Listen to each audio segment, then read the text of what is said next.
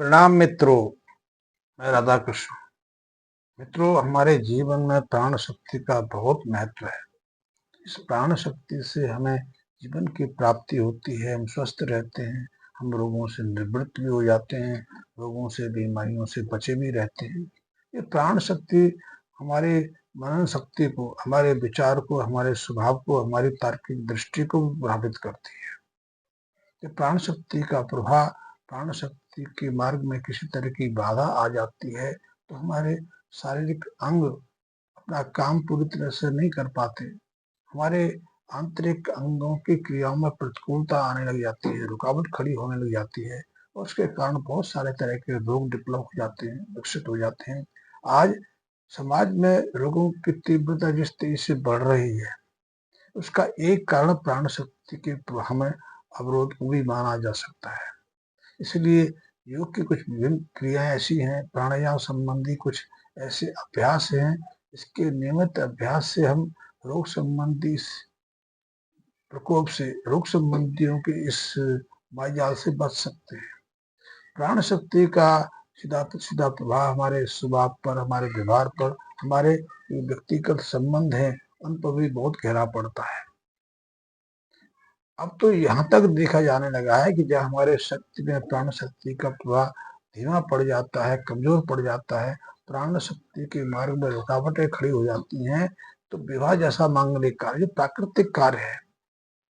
जो स्वभावतः हो जाना चाहिए और ऐसा होता भी रहा है। विवाह के अनेक रूप संसार में प्रचलित हैं। यदि पश्चिमी जगत में विवाह का कोई प्रारूप नहीं है, वहाँ शारीरिक संबंधों के लिए तो विपरीत ध्रुव हैं, स्त्री और पुरुष का, वो एक दूसरे के संपर्क में आते हैं, शारीरिक सुख के माध्यम संतान को जन्म भी देते हैं, लेकिन वहाँ विवाह का कोई कंसेप्ट नहीं है। और हमारे देश में तो विवाह का बहुत कंसेप्ट रहा है। हमारे यहाँ तो विवाह संबंध को 7 जन्मों तक निर्वाह करने की पद्धति रही है। इसलिए पिता जब तक अपनी पुत्री का वैवाहिक कार्य संपन्न ना कर दे, उसके हाथ पीले ना कर दे, तब तक वो उर्ण नहीं होता। वो पुत्री को लेकर ऋण युक्त रहता है। पिता जब तक एक नववधु ना ले आवे, अपने बेटे का वैवाहिक कार्य संपन्न ना कर ले, तब तक वो अपने कर्तव्यों से मुक्त नहीं हो पाता है। तो हमारे यहाँ तो विवाह को बहुत महत्व दिया गया है कि जब एक पिता अपने पुत्र के लिए नववधु घर लेके आता है तो वंश बेल आगे बढ़ती है, क्योंकि जो नववधु आएगी और जिस शिशु को जन्म देगी, वो शिशु,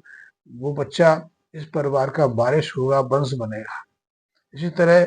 जब इस घर की बेटी किसी दूसरे परिवार में वधू बन के जाएगी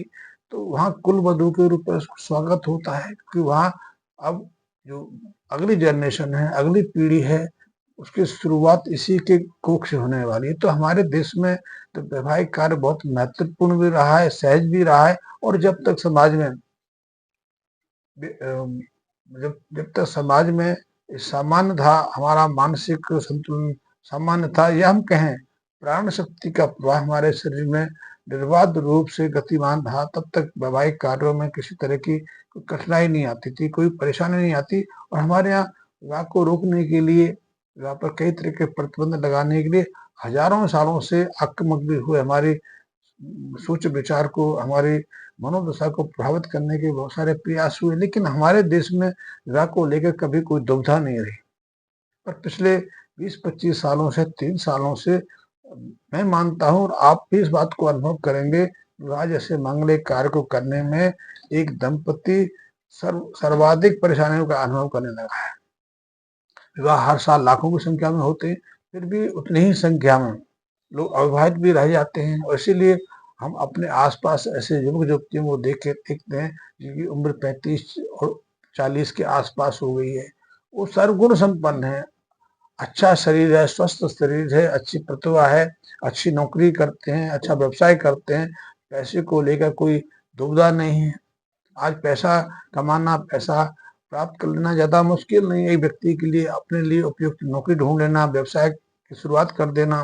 कार खरीद लेना, मकान ले लेना, विदेश यात्रा कर लेना बहुत सहज हो गया है। लेकिन अपने परिवार के लिए, अपने निजी के लिए जीवन साथी का चुनाव करना, जीवन साथी की प्राप्ति करना बहुत मुश्किल हो गया है। मैं समझता हूँ और आप भी इस बात को अनुभव करते हैं कि आज हमारे जीवन का ये सबसे बड़ा कठिन निर्णय हो गया है कि हम अपने परिवार के लिए या अपने बच्चों के लिए या सिर्फ अपने लिए जीवन साथी का चुनाव नहीं कर पाते। तो वैवाहिक कार्य सबसे मुश्किल और कठिन काम हो गया है। ये पहला पड़ाव है अपने लिए जीवन साथी का चुनाव करना। लेकिन अगला पड़ाव तो और भी खतरनाक है कि वैवाहिक कार्य तो सहजता से बहुत जगह संपन्न होते हैं। हमारे देश में 45 लाख से वैवाहिक कार्य हर वर्ष संपन्न हो जाते हैं और उनमें से आधे से ज्यादा वैवाहिक कार्य तो ऐसे हैं जिन पे 50 लाख से ज्यादा खर्चा आता है। इतना बड़ा खर्च, इतना बड़ा जोखिम, इतनी बड़ी जान पहचान, फिर भी उनमें से बहुत सारे जो नव दंपति हैं उनके जीवन की शुरुआत में ही कई तरह की दुविधाएं खड़ी हो जाती हैं, मन मुटाव हो जाते हैं,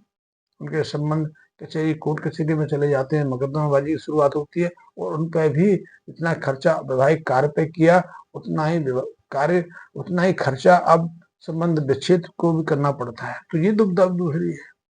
क्योंकि हमारे आसपास ऐसे बहुत सारे लोग आपको मिल जाएंगे जिनके वैवाहिक कार्य तो संपन्न हो गए, लेकिन वैवाहिक कार्य कुछ दिनों से ज्यादा नहीं बढ़ पाया। 1 महीने में टूट गया, 2 महीने में कलह शुरू हो गई, तीसरे महीने में मुकदमाबाजी शुरू हो गई, चौथे महीने में या तो पति के परिवार को या पत्नी के परिवार को पुलिस से बचने के लिए यहाँ तहाँ भागना पड़ा, लाखों रुपए मुकदमेबाजी में खर्च करने पड़े, पुलिस को साधने के लिए अतिरिक्त प्रयास करने पड़े। ये ऐसी घटना हम आम देखने में आ रही है। तो अपने पुत्र के लिए, अपनी पुत्री के लिए योग वधु या वर का चुनाव करना, वैवाहिक कार्य संपन्न करना आज जीवन का सबसे दुष्कर्म काम हो गया है। अब तीसरा एक पड़ाव और भी है कि वैवाहिक कार्य हो जाए, दाम्पत्य जीवन भी सुचारू रूप से चल जाए, संतान को लेकर भी दुविधा हो जाती है, संतान होगी कि नहीं होगी, कब होगी, क्योंकि संतान की प्राप्ति में भी बहुत सारी कठिनाई आने लगी है। इसीलिए आपको आज हर चौथा 5वां कपल ऐसा मिल जाएगा जो संतानहीन की श्रेणी में आता है। दूसरा, दाम्पत्य जीवन सुचारू रूप से चल रहा है, अच्छा हर तरह की संपन्नता है, हर तरह की प्रसन्नता है, विदेश यात्रा भी करे आए, शहर छोड़ के, परिवार को छोड़कर बड़े शहरों में जाकर बस गए, बड़े शहरों में हर चीज ले ली, मकान भी ले लिया, फ्लैट भी ले लिया, कार भी ले ली, विदेश यात्रा भी कराई, फिर अचानक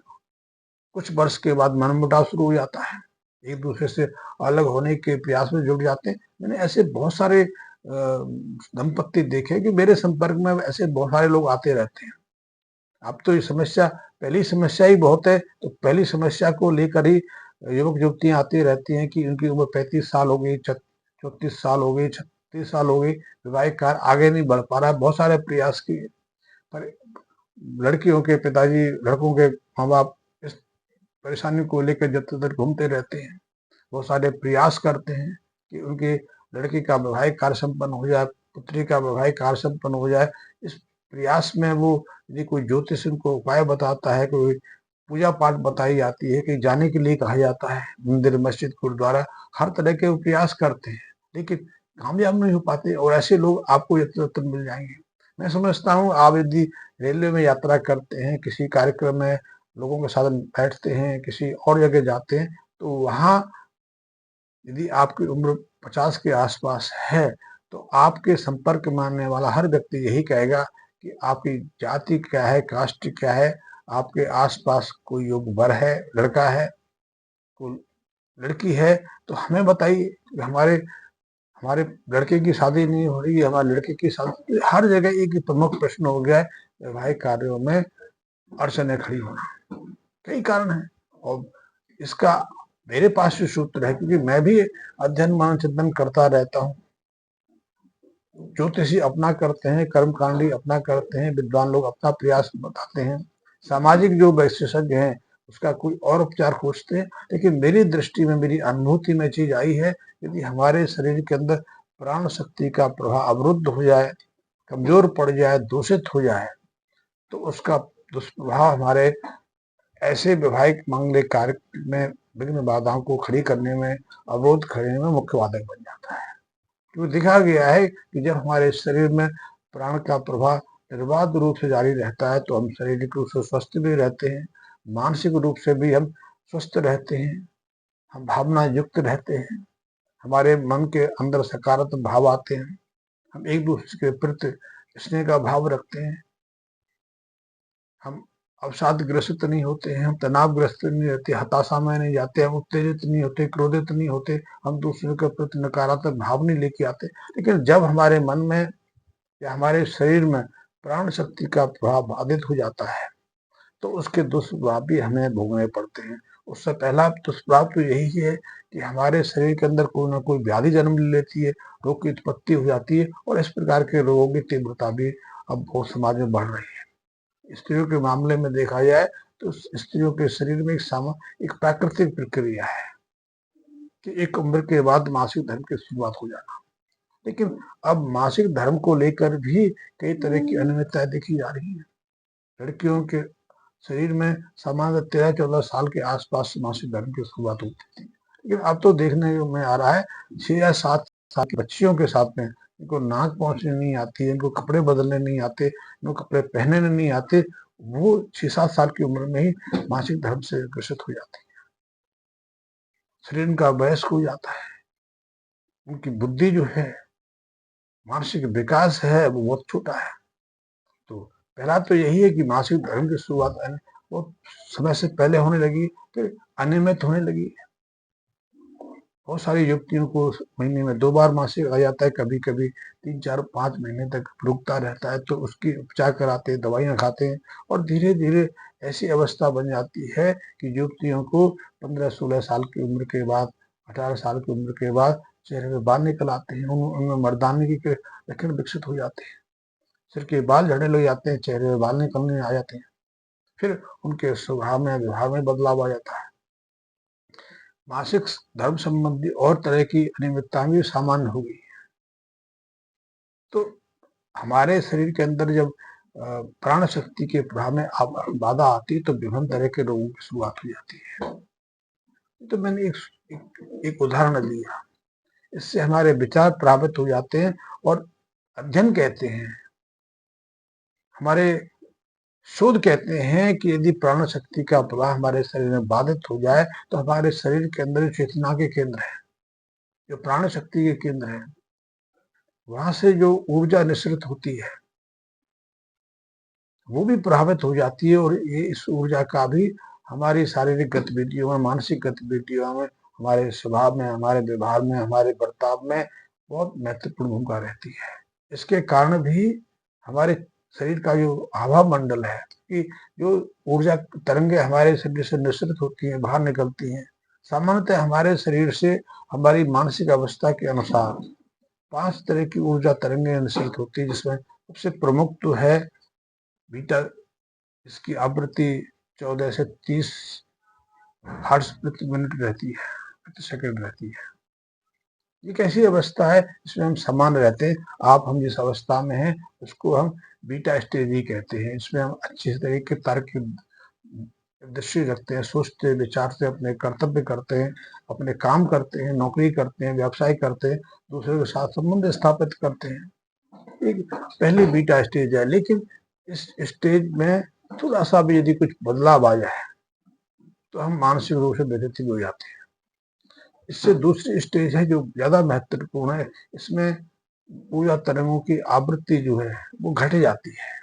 14 से घट जाती है, 9 से 14 के मध्य रहती है, इसको अल्फा स्टेज बोलते हैं। इस अल्फा स्टेज में हमारे विचारों को ग्रहण करने की सहनशीलता की, संवेदनशीलता की जो स्टेज है वो बेहतर रहती है। हम एक दूसरे को सम्मान करते हैं, एक दूसरे का आदर करते हैं। स्त्रियों में ग्रहणशीलता की स्थिति इसी अवस्था में रहती है और देखा गया है कुछ कारणों से स्त्रियों में जब प्राण शक्ति का पूरा बाधित हो जाता है तो उनकी जो ऊर्जा तरंग है वो अल्फा स्टेज में नहीं रहती, इसलिए उनके चारों तरफ का जो अभाव मंडल है, प्रभाव मंडल है, वो दूषित हो जाता है और वो प्रभाव नहीं छोड़ पाती। इस ऊर्जा क्षेत्र का संबंध भी स्त्रियों की, युवतियों की मासिक चक्र की अनियमितता के साथ देखा गया है। देखा गया है कि जिन युवतियों के मासिक चक्र की शुरुआत जल्दी हो जाती है, अनियमित हो जाती है, लंबे समय तक अनियमित रहती है, वो उसका बार-बार उपचार करती हैं, दवाएँ सेवन करती हैं, और कुछ युवतियाँ तो मन मासिक